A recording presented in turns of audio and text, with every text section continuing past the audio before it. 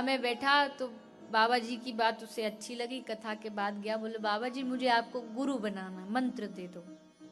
तो गुरुजी नरसिंह भगवान के भक्त थे, तो उसको चेला को मंत्र दिया कि तुझे रोज बोलना जय नरसिंह जय नरसिंह जय नरसिंह।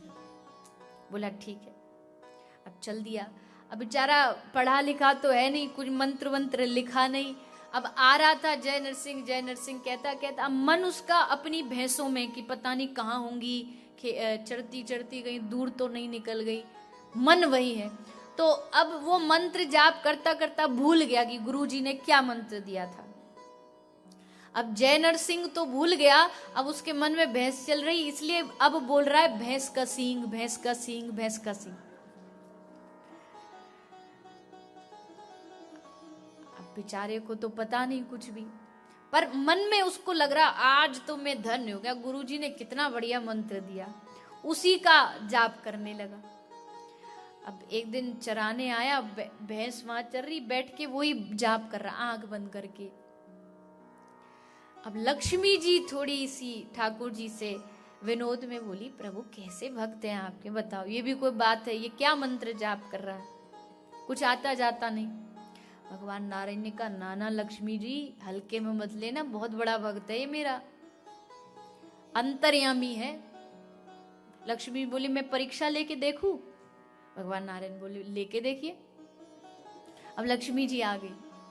अब लक्ष्मी जी रूप बदल के आई, यहाँ ये भगत मगन वही मंत्र जाप कर रहा बड़े दिल से, उसे नहीं पता कौन सा मत, पर दिल से बस किए जा रहा, आंखें बंद। लक्ष्मी जी ने आके आवाज दी, भाई साहब, उसको थोड़ी आवाज तो आई पर ध्यान भंग ना हो जाए इसलिए चुप रहा।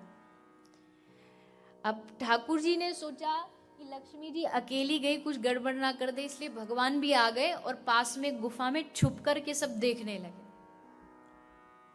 वो देख रहे हैं तो फिर से लक्ष्मी जी ने आवाज दी, अरे भाई साहब जरा देखो, आंख खोलो, मैं आई हूं।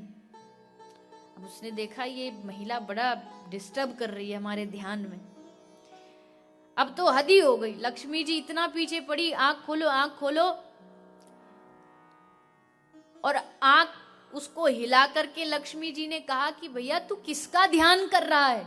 तो उसने गुस्से में आके बोला कि कब से डिस्टर्ब कर रही है, तो गुस्से में बोला किसका ध्यान कर रहा हूं? तेरे खसम का ध्यान कर रहा हूं। लक्ष्मी जी बोली वाह, तो भगवान सही बोले थे कि अंतर्यामी है, हम इसको हल्के में ले लिए, पर अब पता चला कि सचमुच अंतर्यामी है। लक्ष्मी जी बोले अच्छा ये बता, खसम समझते हो ना? क्या? पति देव, ब्रज में उसको खसम कहते हैं। तो बोली कि ये तो एकदम जानता है। तो बोले अच्छा बताओ, तुमको इतना ही पता है तो कहाँ है हमारे पति देव? तो बोला मुझे क्या पता, तुमको पता होगा, यहीं कहीं छुपा होगा। लक्ष्मी जी बोले अब तो पक्का कंफर्म हो गया, ये बड़ा पहुंचा हुआ महात्मा है। लक्ष्मी जी तुरंत भगवान नारायण को बुला के लाई, प्रभु देर मत करो, जल्दी जाके इसे दर्शन दो क्योंकि आपका परम भक्त है। तो लक्ष्मी नारायण भगवान दोनों आए और उसको दर्शन दिया और उस पर कृपा की। इसका अर्थ ये नहीं है कि आप भी अगर ये भैंस का सींग गाय का सींग करोगे आपको भगवान मिल जाएंगे। मैंने पहले ही कहा था ये कोई शास्त्र की कथा नहीं, कोई ग्रंथ की कथा नहीं। एक ब्रज के संत अपना विनोद में सुनाते हैं, भाव ये रखते हैं कि आप मुख से कुछ भी बोल रहे हो पर मन में अगर आपके ठाकुर जी है तो भगवान हर वस्तु को अपना नाम समझ लेते हैं। भगवान सोचते मेरा ही नाम पुकार रहा। आपने कल गजेंद्र की कथा सुनी, गजेंद्र की अगर स्तुति आप भागवत में देखोगे तो गजेंद्र ने कहीं भी कृष्ण या नारायण कह के नहीं बुलाया भगवान को, बस पुकारा कि प्रभु आप आइए, आप जो भी हैं, जगत की जो शक्ति है वो मुझे आकर के मेरी रक्षा करें। सब देवताओं ने सोचा हम क्यों जाए, हमारा नाम नहीं लिया, पर ठाकुर जी ने सोचा कोई बात नहीं, जो किसी का नाम नहीं है वो मेरा नाम है। ये सोच के भगवान पधारे।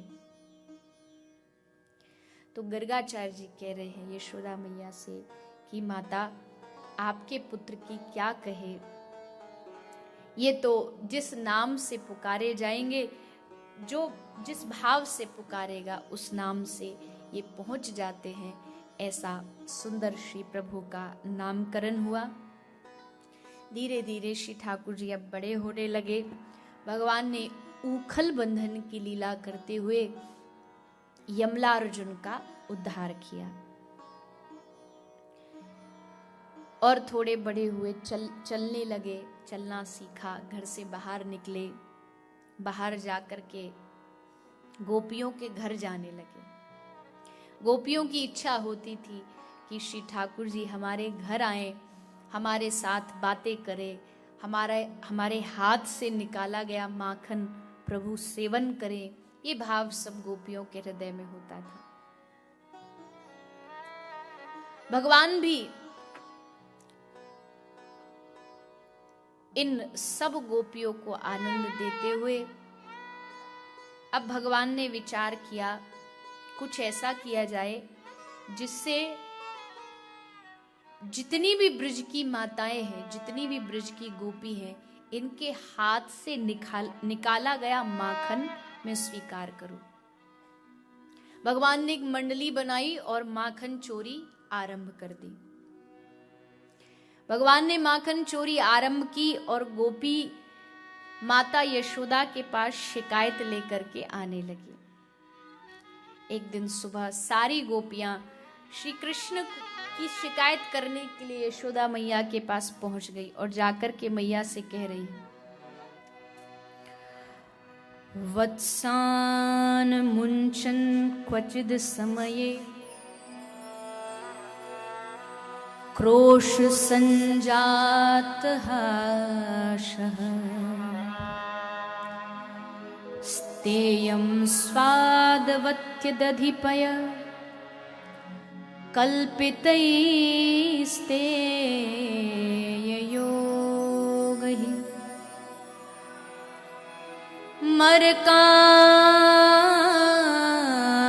मरकान् भोक्ष्यन् विभजति सचे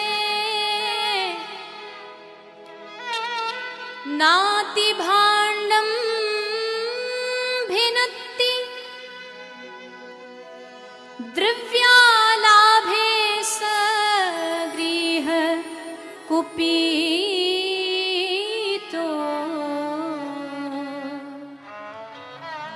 यातु पक्रोश्यतो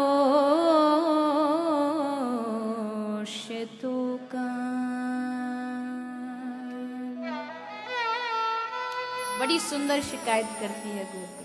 कह रही है मैया, वत्सान मुंचन, तेरो ये जो छोरा है ना मैया, हमारे घर आवे और गैया के जो बछड़ा हमने रस्सी ते बांधे हैं उन बछड़ानु को खोल के भाग जावे। मैया बोली एक काम करो, रुको, एक काम करते, मुजरिम को पहले पेश किया जाए, उसके सामने बोलो तो कम से कम वो अपनी सफाई तो दे सके। तो मैया ने हवाले, लाला यहाँ। लाला ने देखी इतनी गोपियां शिकायत करने आई तो तुरंत एकदम भोला सा, एकदम सीधा सा चेहरा बना के पहुंच गई। हाँ मैया बोल, क्या काम है? बोले गोपी क्या कह रही है? तो क्या कह रही है मैया? तू इनको बछड़ानु को जाके खोले है?